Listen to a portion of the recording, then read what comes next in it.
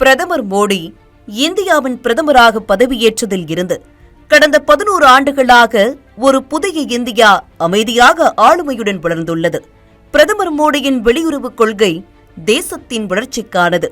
இந்தியாவின் தேர்தல் பிரச்சாரத்தில் எப்போதுமே நாட்டின் வெளியுறவுக் கொள்கை முக்கியமானதாக பேசப்பட்டதில்லை. ஆனால் பிரதமர் மோடி அதற்கு விதிவிலக்காக இருக்கிறார். கடந்த நாடாளுமன்ற தேர்தலில் இந்தியாவை விஸ்வகுருவாக உலக தலைமையாக நிலைநிறுத்துவது என்ற பிரதமர் மோடியின் முழக்கமே பாஜகவால் முன்னிலைப்படுத்தப்பட்டுள்ளது. 3வது முறையாக பிரதமர் மோடியையே தேசத்தை வழிநடத்த இந்திய மக்கள் ஒருமனதாக தேர்ந்தெடுத்தார்கள். இதுவே பிரதமர் மோடியின் வெளியுறவுக் கொள்கைக்கு கிடைத்த மிகப்பெரிய வெற்றி சான்றிதழ் ஆகும். பல ஆண்டுகளாகவே வளரும் நாடுகளில் மதச்சார்பற்ற தாராளமய ஜனநாயகத்தின் முன்னோடியாக இந்தியா தன்னை சித்தரித்து வைத்திருந்தது. இந்த பிம்பத்தை மாற்றிய பிரதமர் மோடி பாரதத்தை வேத பாரம்பரியத்தின் அடிப்படையில் உலகை ஒருங்கிணைக்க அழைப்பு விடுத்துள்ளார். மகா உபநிடத்தின் 6வது அத்தியாயத்தில் வரும் வசுதைவ குடும்பகம் எனும் மந்திரச் சொல்லை இந்தியாவின் வெளியுறவுக் கொள்கையின் குறிக்கோளாக பிரதமர் மோடி முன்வைத்துள்ளார். 2023இல் இந்தியா தலைமையேற்று நடத்திய G20 மாநாட்டின் சின்னத்திலும் வசுதைவ குடும்பகம், அதாவது ஒரு பூமி ஒரே குடும்பம் ஒரு எதிர்காலம் என்ற மந்திரச் சொல்லே பொறிக்கப்பட்டிருந்தது.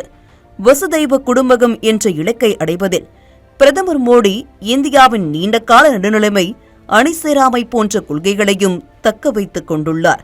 அதே நேரத்தில் எல்லோருடனும் இருப்பது என்ற புதிய நிலைப்பாட்டை பிரதமர் மோடி வெற்றிகரமாக நடைமுறைப்படுத்தியுள்ளார். மற்ற அனைத்தையும் விட இந்தியாவின் இறையாண்மையையே இந்தியாவின் வெளியுறவுக் கொள்கையாக பிரதமர் மோடி தேர்வு செய்துள்ளார். எந்த நாட்டின் கைப்பாவையாகவும் இல்லாமல் ஒவ்வொரு நாட்டுடனும் சமநிலையான நட்புறவை பேணி வருவதை உலகமே ஆச்சரியமாக பார்க்கிறது. அண்டை நாடுகளுக்கு முன்னுரிமை கொடுப்பது, கிழக்கு நோக்கி உலகை செயல்பட வைப்பது, மத்திய ஆசியாவை ஒன்றிணைப்பது, அனைவருக்கும் பாதுகாப்பு மற்றும் வளர்ச்சியை உறுதி செய்வது, நடைமுறைக்கேற்ற புவிசார் பொருளாதாரத்தை உருவாக்குவது, இந்திய புலம்பெயர்ந்தோரையும் தேசத்துக்கு பணியாற்ற வைப்பது, தேச பாதுகாப்பில் தெளிவான சிவப்பு கோடுகளை வரைந்தது, உலகளாவிய பெரும் சக்திகளை சமநிலைப்படுத்துவது, அனைத்து நாடுகளிலும் நெருக்கடி காலங்களில் மனிதாபிமான தலைமையேற்று உதவி செய்வது, இவையெல்லாம் தான் பிரதமர் மோடியின் வெளியுறவுக் கொள்கையின் சிறப்பம்சங்கள். அமைதியை ஏற்படுத்தியதற்காக பிரதமர் மோடிக்கு உக்ரைன் நன்றி தெரிவிக்கிறது. அமைதியை மேம்படுத்தியதற்காக பிரதமர் மோடிக்கு ரஷ்யா நன்றி தெரிவிக்கிறது.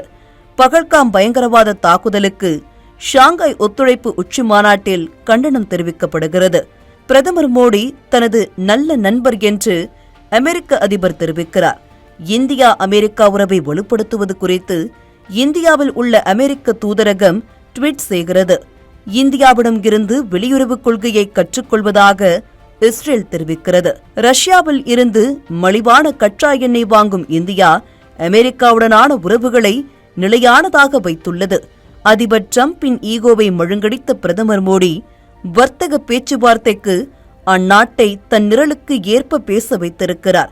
பிரான்சுடன் ரஃபேல் ஒப்பந்தத்தை ஏற்படுத்திய பிரதமர் மோடி ஐரோப்பிய ஒன்றிய தலைவரை சமரச பேச்சுவார்த்தை நடத்தி இந்தியாவுக்கு வரவழைத்துள்ளார். மத்திய கிழக்கு நாடுகளுடனான உறவுகளை 100 மடங்கு மேம்படுத்திய பிரதமர் மோடி ஆசியான் உறவுகளையும் வளர்த்தெடுத்துள்ளார்.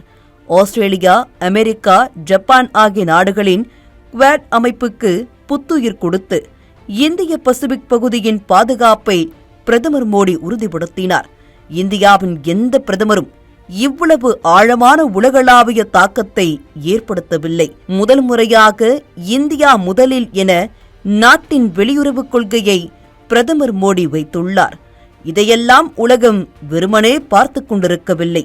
புதிய இந்தியாவை அங்கீகரித்து மதித்து பாராட்டத் தொடங்கியுள்ளது.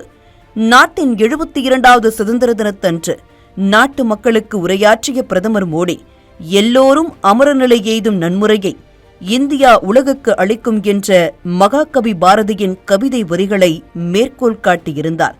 உண்மையிலேயே இந்தியா உலகிலேயே சிறந்த நாடாக மட்டும் திகழாமல் மற்ற நாடுகளுக்கும் முன்னுதாரணமாக இருந்து உலகத்தையே வழிநடத்தி விஸ்வகுருவாக பிரதமர் மோடி உலகத்துக்கே வழிகாட்டி வருகிறார்.